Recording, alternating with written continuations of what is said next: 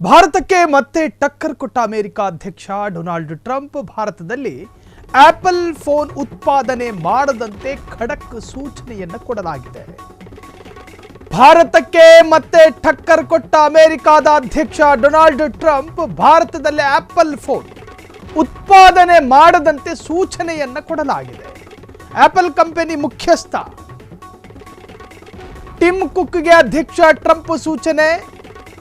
ನನಗೆ Tim cook ಜೊತೆಗೆ ಕೆಲವು ಸಮಸ್ಯೆಗಳಿದ್ದಾವೆ.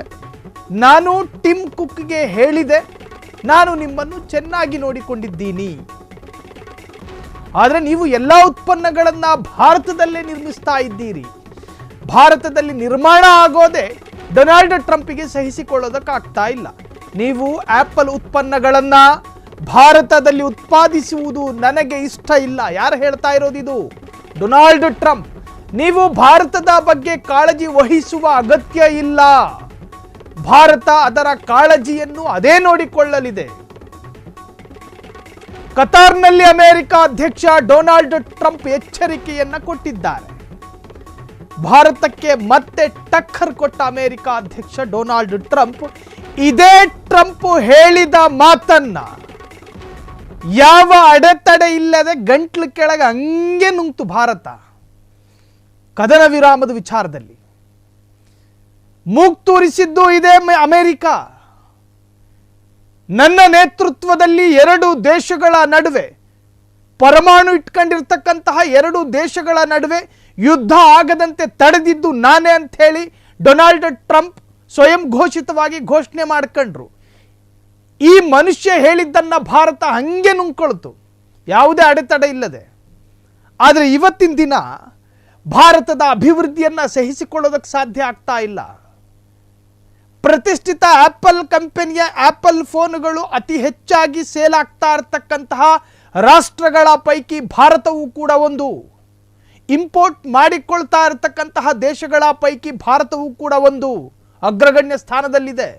ಭಾರತದಲ್ಲಿ ಈ ಕಂಪನಿಯ ಫೋನ್ಗಳು ಖರೀದಿ ಅಥವಾ ಇಂಪೋರ್ಟ್ ಎಕ್ಸ್ಪೋರ್ಟ್ ಯಾವುದೇ ಇರಲಿ, ಏನೇ ಆದರೂ ಕೂಡ ಭಾರತದ ಬೊಕ್ಕಸಕ್ಕೆ ಆದಾಯಗಳು ಬರ್ತಾವೆ. ಅದನ್ನು ಸಹಿಸಿಕೊಳ್ಳೋದಕ್ಕೆ ಸಾಧ್ಯ ಆಗದಂತಹ ಡೊನಾಲ್ಡ್ ಟ್ರಂಪ್ ಇವತ್ತು ಕತಾರ್ನಲ್ಲಿ ಹೇಳ್ತಾನಂತೆ, ಈ ಪ್ರೊಡಕ್ಷನ್ ಭಾರತದಲ್ಲಿ ಹೆಚ್ಚು ಯಾಕಾಗ್ತಾ ಇದೆ? ಭಾರತದ ಏಳಿಗೆಯನ್ನ, ಭಾರತದ ಅಭಿವೃದ್ಧಿಯನ್ನ, ಭಾರತದ ಡೆವಲಪ್ಮೆಂಟನ್ನ ಭಾರತವೇ ನೋಡಿಕೊಳ್ಳುತ್ತೆ. ನೀವು ಹೆಂಗೋಗಿದ್ರೋ ಹಂಗೆ ಬಂದ್ಬಿಡಿ ಅನ್ನೋ ಅರ್ಥದಲ್ಲಿ ಮಾತನಾಡಿದ್ದಾರೆ.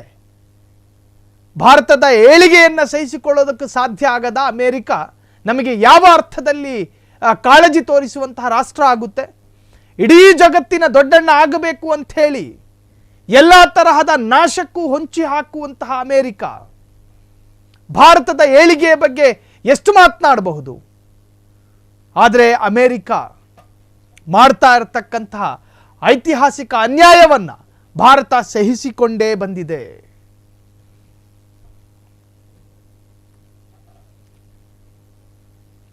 ಕ್ಷಣ ಕ್ಷಣದ ಸುದ್ದಿಗಳಿಗಾಗಿ ಫ್ರೀಡಂ ಟಿವಿ ಸಬ್ಸ್ಕ್ರೈಬ್ ಮಾಡಿ, ಲೈಕ್ ಮಾಡಿ ಹಾಗೂ ಫಾಲೋ ಮಾಡಿ.